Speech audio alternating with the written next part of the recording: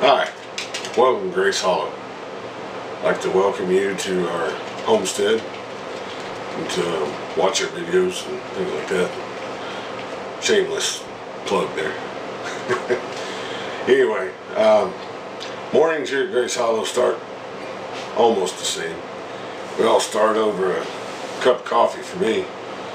Gotta have it warm. Gotta light the right fire. Yeah, we'll get her warming up there. And viewer the other day commented on chick feeders. Well, there was a bunch of puns and a bunch of stuff I could have used about chick feeders. But let me show you how we feed the chicks at Grace Hollow.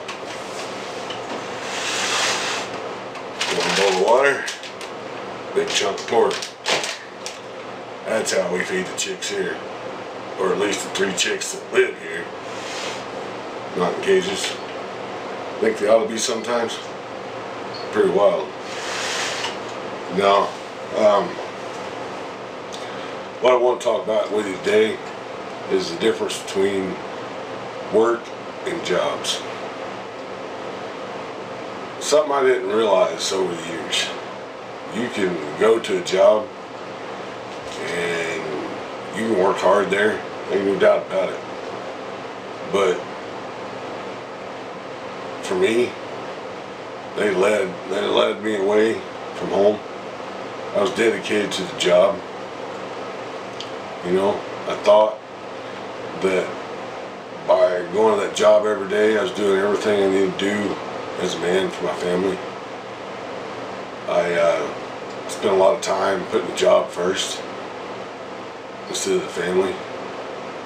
And looking back, that was not the right formula for us.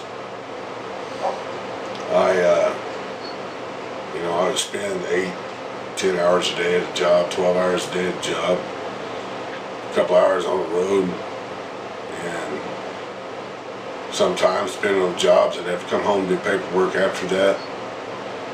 So basically, I was in the door, got changed clothes, talked to the family briefly, barked a few orders at the kids because they weren't listening to mom, got cleaned up, took a nap, went back out there, doing it again.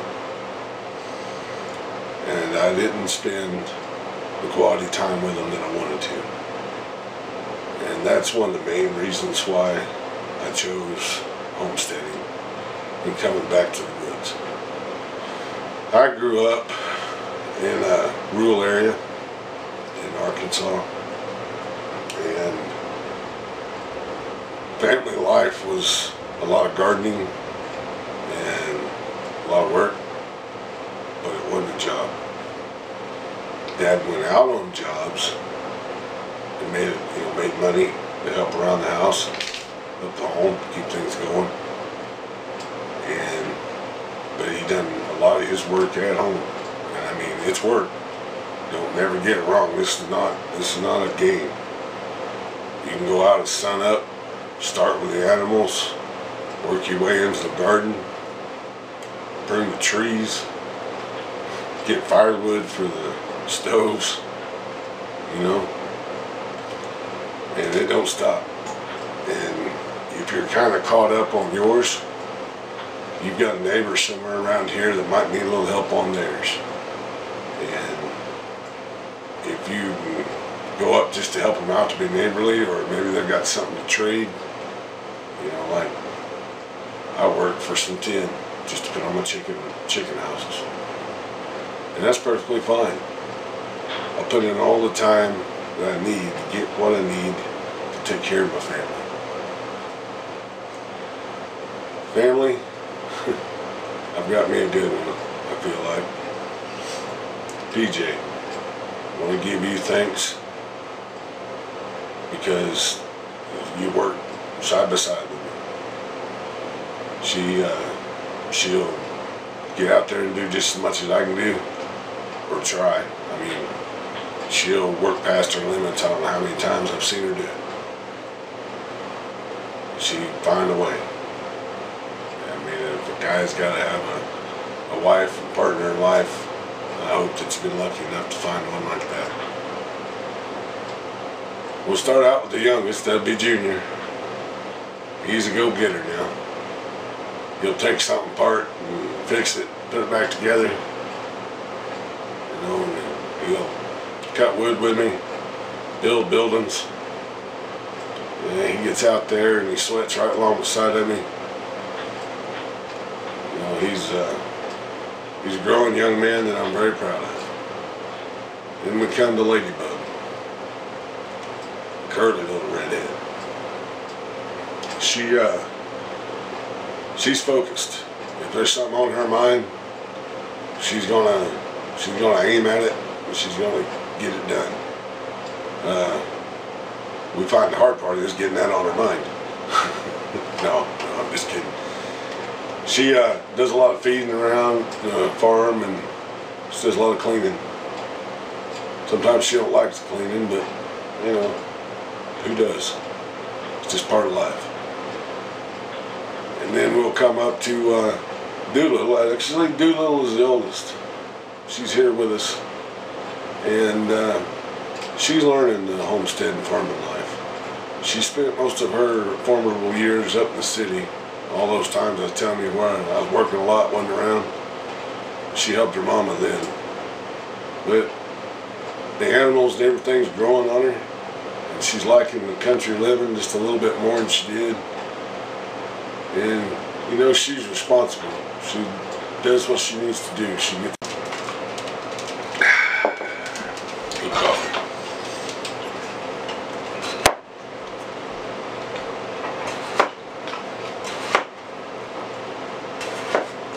Well, welcome back.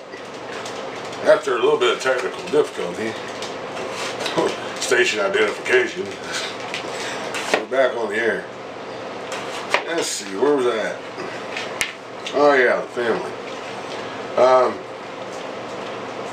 believe I was talking about Doolittle.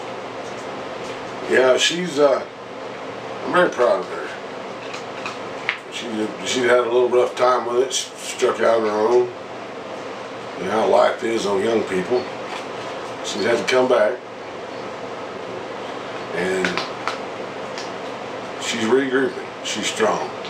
But yeah, it kind of sounds like a proud father talking, right? Well, if there's any pride left in me, it's about my family. But we have 3 others, and they're not with us, although we'd like for them to be. It would be Double D.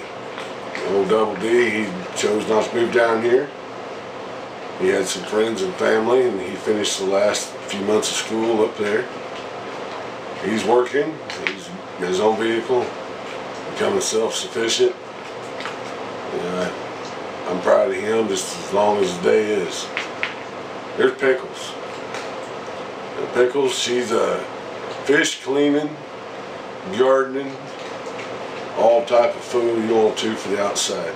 She'll get right in there with you. I'm proud of her. She's got a lot of know-how and how-to. She's coming along real well. Went down the wrong windpipe. All right, doggy? Don't have to bury you yet, do we? Hey, spit it out. Look, ain't gonna make it. And then there's Bubba Rooney. He's the scholar type. Thank goodness he didn't take after me. He's pushing his grades. He's got a direct path. He's always willing to jump in there and learn something new. And that's a survival technique all in itself. No, ain't no doubt in that. But hey, speaking of feeding the chicks, here's a new stage. 1 chick, 2 chick, 3 chick. You think they could live? The chicks in the household could live on that?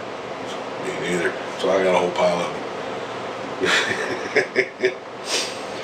Anyway, something I did want to talk to you about was a theory.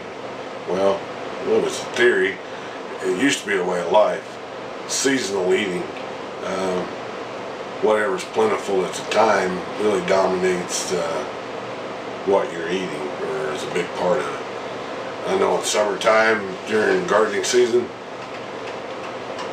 even though Junior's not real happy about it, there's a lot of squash and everything because it grows good here. But we try to put back everything we can for the off seasons.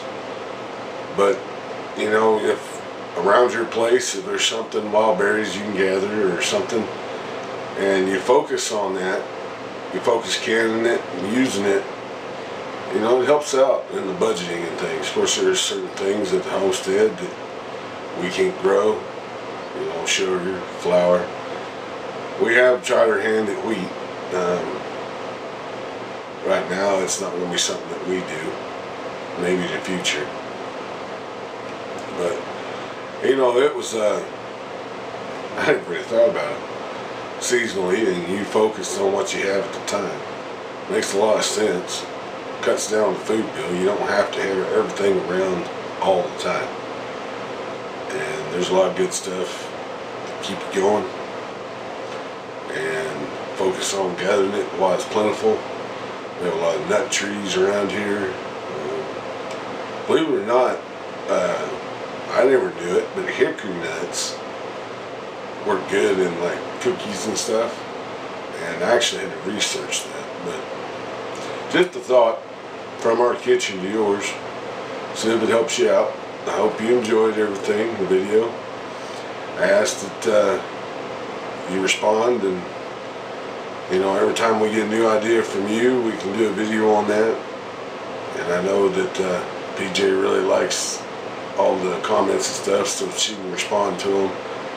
And I don't respond to them as much, but I'm usually out doing something else.